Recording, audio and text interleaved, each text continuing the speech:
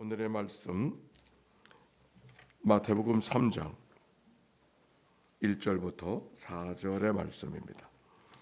같이 말씀을 봉독하겠습니다. 시작. 그때 세례 요한이 이르러 유대 광야에서 전파하여 말하되 회개하라 천국이 가까웠느니라 하였으니 그는 선지자 이사야를 통하여 말씀하신지라 일렀으되 광야에 외치는 자의 소리가 있어 이르되 너희는 주의 길을 준비하라 그가 오실 길을 곧게 하라 하였느니라.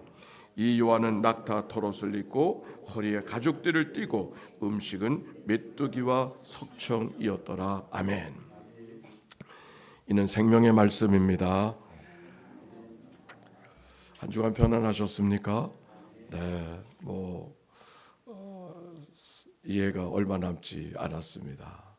아마 한 주 한 주가 새록새록 그렇게 마감을 잘하고 또 새해를 맞이하는 그런 계절이 되어졌으면 좋겠습니다. 오늘은 대림절, 주님 오심을 기다리는 계절 가운데 두 번째 주일, 마태복음 3장의 말씀입니다. 주의 길을 준비하라고 외치는 세례 요한의 말씀을 통하여서 우리 같이 어떻게 주님 오심을 기다릴 수 있을까, 어떻게 준비해야 될까 하는 말씀을 같이 나누고자 합니다. 오늘 말씀에 보면 세례 요한이 이렇게 외쳤습니다. 2절 볼까요? 시작. 회개하라 천국이 가까웠느니라. 세례 요한의 외침은 복잡하지 않습니다. 회개하라. 회개하라는 말은 메타노야, 단순한 눈물과 슬픔이 아니라 삶의 방향을 바꾸는 것이죠. 하나님을 떠나 살던 우리들의 걸음을 멈추고 하나님께로 돌아서는 것, 그것을 회개라고 말합니다. 마태복음은 그 회개의 삶의 모델로 세례 요한의 모습을 통해서 전해주고 있는 거죠. 3절과 4절에 보니까 요한의 모습을 기록하고 있는데 요한이 어디에 있는가? 광야. 아무것도 없는 곳, 그 광야. 우리의 인생의 광야를 경험하는 분들이 계시나요? 요한이 광야에서 있었어요. 또한 성경은 낙타 털옷을 입고 허리에 가죽띠를 띠고 음식은 메뚜기와 석청을 먹었다라고 하는 말씀 속에는, 낙타 털옷 속에는 예언자의 마음이 그 속에 담겨 있는 것을 알게 되어지고, 가죽띠를 띄었다고 하는 것은 하나님의 부름 앞에 언제든지 움직일 수 있는, 신속하게 반응할 수 있는 준비가 되어져 있음을 말하는 것이죠. 메뚜기와 석청은 광야에서 구할 수 있는 간소한 음식, 그저 하나님이 주시는 것을 무엇이든지 주시는 대로 받고 거기에 반응하며 살아가기를 원하는 세례 요한의 모습이 오늘 성경 속에 있습니다. 그의 삶이 검소하다는 얘기를 하려고 하는 것이 아니라 자기 자신을 위해서는 꾸미지 아니하고 오직 하나님께만 반응하려고, 하나님께만 전념하려고 하는 세례 요한의 모습을 지금 마태가 우리에게 소개해주고 있는 겁니다.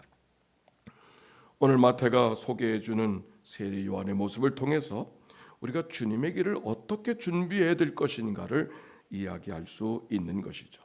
진정한 그리스도인이라고 하는 것은 교회 생활에 익숙한 사람도 아니고 성경을 잘 아는 사람도 아닙니다. 어떤 봉사가 특별한 사람도 아닙니다. 내가 주인으로 살던 인생이 내 주인이 내가 아니고 주님이 주인 되어졌음을 고백하는 삶, 그게 바로 참된 그리스도인의 모습인 것이죠.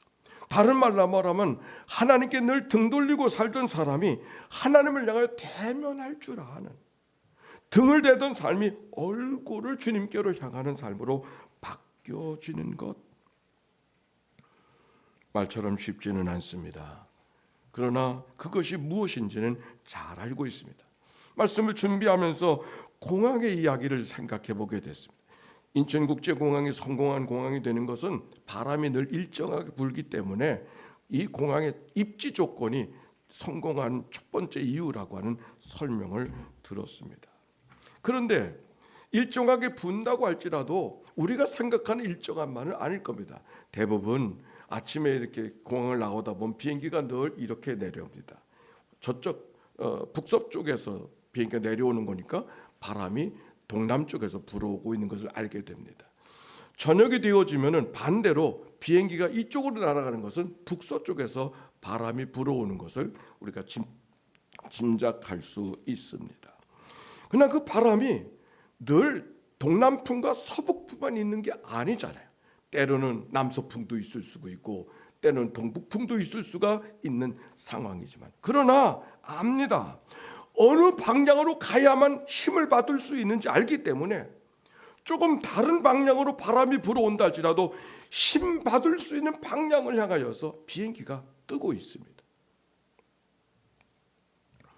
대기의 흐름은 수시로 변하고 대기의 흐름도 한 방향이 아닐 것이기 때문에 승무원들은 비행기를 타기 전에 꼭 날씨에 대한 브리핑을 받는다는 얘기를 들었습니다. 일정한 방향으로 분다 하지만 늘 똑같은 방향이 아니지만 비슷한 방향 속에서 바라본다 할지라도 그쪽 방향으로 내 삶의 방향을 틀면 그 힘을 받을 수 있겠구나 하고 그 방향으로 가는 거죠. 신앙생활도 마찬가지입니다. 이런저런 생각이 우리들의 생각을 흔들고 우리의 감정을 깨트려 버릴 때가 있습니다.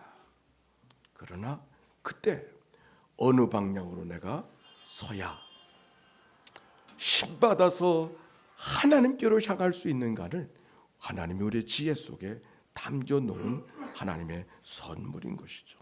대림절, 바로 그런 계절입니다. 성탄절은 하나님께 돌아서기 쉬운 계절이 성탄절이라고 여겨집니다. 캐롤을 부르고 성탄 장식을 하면서, 이번에 성탄 장식을 하고 사람들이 늘 이렇게 지나다니면, 조금 아침에도 나갔다 보니까 사람 지나면 힐끗하면서 손가락질을 하고, 근데 얼굴의 표정이 밝은 것을 보니까 아주 좋은 이야기를 하면서 지나가는 것처럼 보였습니다. 전도하기 좋은 계절이 성탄절이다, 그렇게 느껴집니다. 왜? 우리의 생각이나 우리의 경험이나 우리의 삶의 환경이 주께로 향할 수 있는 좋은 계절이 바로 이 계절이기 때문에 그렇습니다. 대림절을 맞이하는 우리들의 마음속에도 우리가 주님께로 향하는 마음, 그게 회개의 마음인 걸 기억하고 주님께로 향하여 생각도 마음도 주님께로 힘받는 때로 향하여 가는 그런 믿음의 생활이 우리 모두 가운데 있게 되시기를 바랍니다. 자, 3절 8절의 말씀입니다. 그로 따라서 합시다. 그러므로 회개에 합당한 열매를 맺고, 회개한 사람은 회개에 합당한 열매를 맺으라 그랬습니다. 회개는 말로만 하는 것이 아니라 이 말씀대로 말하면 열매가 있어야 된다고 하는 그런 말입니다. 마태복음 7장에 보면 그들의 열매로 그들을 알게 될지니 가시나무에서 포도를 또는 엉겅퀴에서 무화과를 거둘 수 있겠느냐? 그럴 수 없다는 말이죠. 좋은 나무가 아름다운 열매를 맺을 수 있다고 이야기하면서 그 나무가 그 결실을 맺는다고 하는 이야기입니다. 회개했으면, 하나님께로 향했으면 하나님께로 향한 열매가 너희들에게 있어야 되지 않느냐고 하는 말씀이 오늘 본문에 있는 말씀이에요. 그런데 이 말씀을 들으면 그 나무는 열매로 한다는 말씀을 생각하면, 또 합당한 열매를 생각하면 우리들의 생각은 어떤 생각이냐면 좋은 열매인가 나쁜 열매인가, 열매하면은 좋은 열매인가 나쁜 열매인가, 좋고 큰 열매는 더 좋은 것이겠죠. 근데 오늘 성경은 좋은 열매인가 나쁜 열매인가를 보지 아니하고 합당한 열매라 그랬습니다. 여러분 생각해 보십시오. 합당한 열매가 무엇일까? 이만한 열매면 될까? 이 정도 열매면 될까? 합당한 열매가 뭐예요? 이건 좋은 열매라는 거예요? 나쁜 열매라는 거예요? 큰 열매라는 거예요? 작은 열매라는 거예요? 오늘 성경은 크고 작은 것을 말하지 않아요. 좋고 나쁜 것을 말하지 않아요. 열매를 맺되 합당한 열매를 맺으라. 합당한 열매가 뭘까를 생각했어요. 이 주간에 내게는 이런 경험이 있었답니다. 연말이 되니까 제가 아침마다 오늘의 시편, 오늘의 말씀을 톡방으로 넣어 이렇게 메시지를 나누는데, 반응이 있는 방도 있지만 어떤 방은 몇 개월이 지나도 반응이 없는 방이 있어. 그래서 이 방들은 이제 정리를 해야 되겠다, 그런 생각을 갖고, 그래도 마음대로 정리하면 안 될 것 같아서 제가 이렇게 메시지를 개별적으로 몇 분에게 보냈습니다. 근데 난 관계가 다 끊어지지 않았나 이런 생각을 해요. 근데 그 반응이 깜짝 놀랐어요. 네, 목사님 아닙니다. 항상 확인하고 있습니다. 저도 공항을 위해서 기도하고 있습니다. 감사합니다.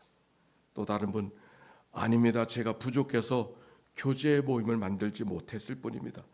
제가 죄송할 따름입니다. 또 다른 분, 목사님 잊지 않고 연락해 주셔서 감사합니다. 보잘것없는 믿음이라 흔들릴 때가 참 많은데 목사님께서 보내주시는 말씀에 위로와 평안을 얻기도 합니다. 그 한마디의 반응이 살아있구나. 그때 합당한 열매가 뭘까를 다시 생각했어요. 제대로 된 열매, 의로운 열매, 거룩한 열매, 하나님이 그런 열매 기다리지 않아. 하나님이 기다리시는 합당한 열매는 하나님께로 향한 반응이야. 그게 뭔지는 모르겠어. 그러나 내가 하나님께 있다고 하는 것에 대한 반응, 그것이 예배일 수도 있죠. 기쁨에 누리는 것일 수도 있죠. 그게 노래일 수도 있죠. 그게 기도일 수도 있죠. 합당한 열매는 대단한 열매가 아니요, 거룩한 열매도 아니야. 하나님께로 향했으면 그 하나님에 대한 반응할 줄 아는 삶. 하나님이 하나님께 향했으면 하나님에 대한 반응이 내가 지킬 합당한 열매구나. 성탄의 계절, 우리가 예배드리고 우리가 기도하고 우리가 손 모아 찬송하고 노래하는 것, 하나님이 기뻐하시는 합당한 열매인 줄로 믿습니다. 공항에 근무하는 어려움은 참 많습니다. 요즘에 새삼스럽게 느끼는 것은 이 일 자체가 힘든 건 아닙니다. 그런데 다만 그 일이 사람이 살아가는 생체 리듬과 어긋나기 때문에 크게 어렵습니다. 이 일 자체가 힘든 일도 있죠. 그러나 힘든 일이 힘들어서가 아니라 그것이 우리는 낮에 일하고 밤에 쉬어야 되는데 새벽부터 일을 해야 되고 주중에 일하고 주말에 쉬어야 되는데 이 생체 리듬과 어긋난 하루하루의 삶을 살아야 된다고 하는 것이 공항에서의 어려움인 것 같습니다. 새벽에 일찍 일어나서 출발하는 그 여러 형제 자매들을 생각하면 참 안쓰러운 마음도 있지만 어떤 분이 이렇게 말합니다. 목사님, 그동안 듣지 못하던 CBS 아침 방송을 늘 듣게 됐어요.